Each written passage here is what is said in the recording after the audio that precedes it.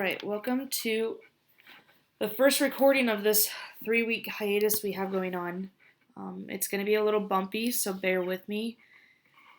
I haven't done something like this before and doing it on a 4-inch by 6-inch tablet. So what I'd like you to first do is to factor the trinomials on a warm-up as if we were just in class. Let me pick my pen. All right.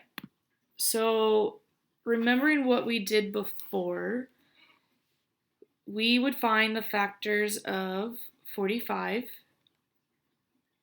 and they have to add up to the 14.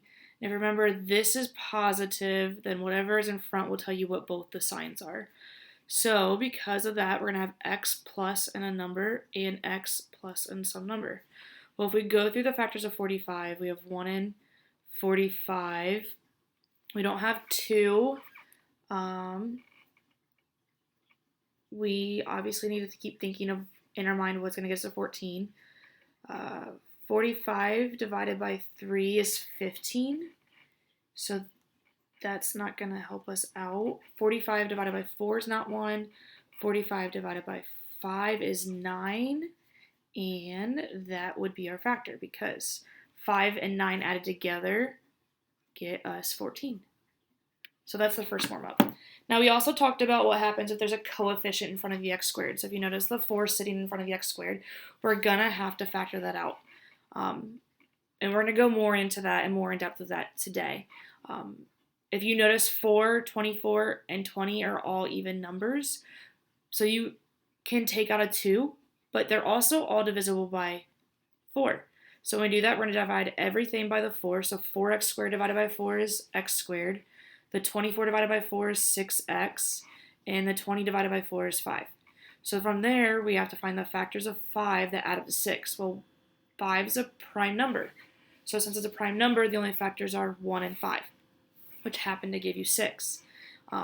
But this is positive, and that's negative, so we have to say how our sign is going to work. Well, if that's positive, the sign in front is going to tell us that they are both negative. So you do x minus 5 in no particular order and x minus 1.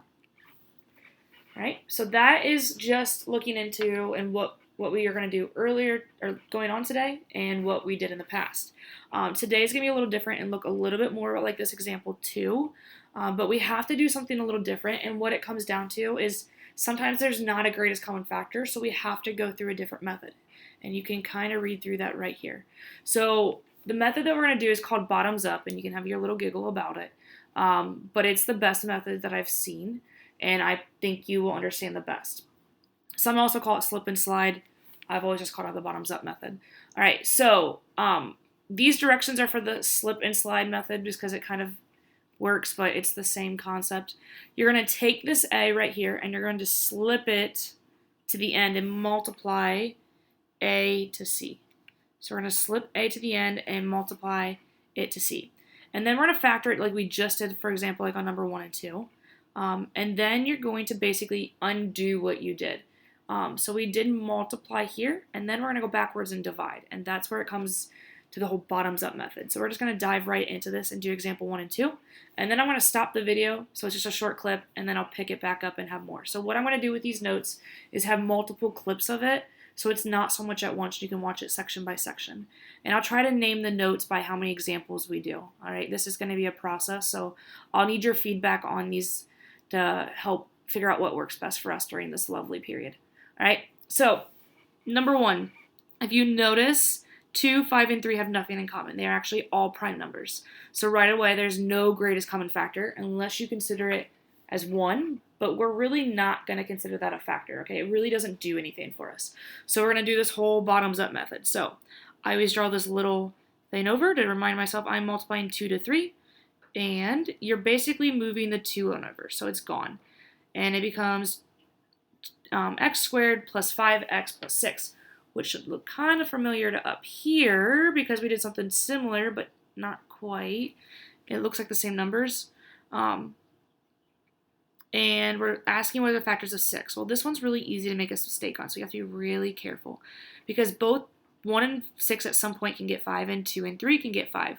So you have to ask yourself more about the signs. And again, if this is positive, then the sign in front is going to be positive. So the only way to add to 5 with two positive numbers is 2 and 3. So our factors are x plus 2 in no particular order and x plus 3, right? So this is the step where we have to undo what we did. So what we did is we multiplied, and if you remember, the opposite of multiplying is dividing. So now we're going to undo what we did. So we're going to divide by 3. The rule comes into play as simplifying fractions, and I know you hate them, but you have to do it. This doesn't simplify, so we're done with it. This simplifies to 1, so we have to do something with it. So if I rewrite that one, it just becomes x plus 1. So that one's easy to work with. The bottoms up method name comes because if you can't simplify the fraction anymore, or you have, and it doesn't turn into a whole number, an integer, you're going to take the bottom up.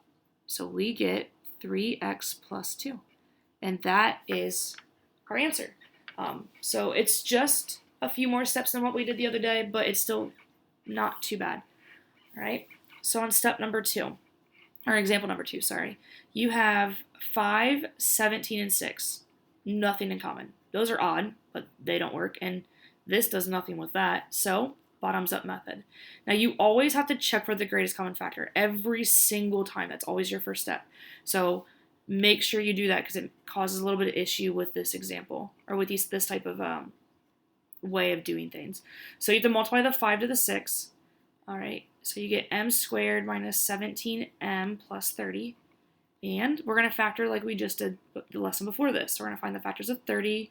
So 1 and 30, 2 and 15, and 3 and 10, and 5 and 6. And we're trying to figure out which one gets us to 17. Well, since this is positive, they both have to be negative, all right, because of that sign in front. So we're going to have m minus and m minus. And the only one that works is this 2 and 15. And my writing, by the way, is going to be atrocious, so just work with me. So 15 and 2.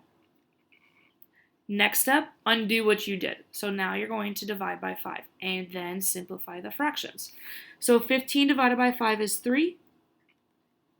And 2 and 5, nothing in common. We can't simplify, so the bottom goes up. And voila, we are done. Okay, so those are just 2 examples. I'm going to break these up, like again, I said, in a couple parts, just to kind of help alleviate some of the videos. And also if you need to reference them back.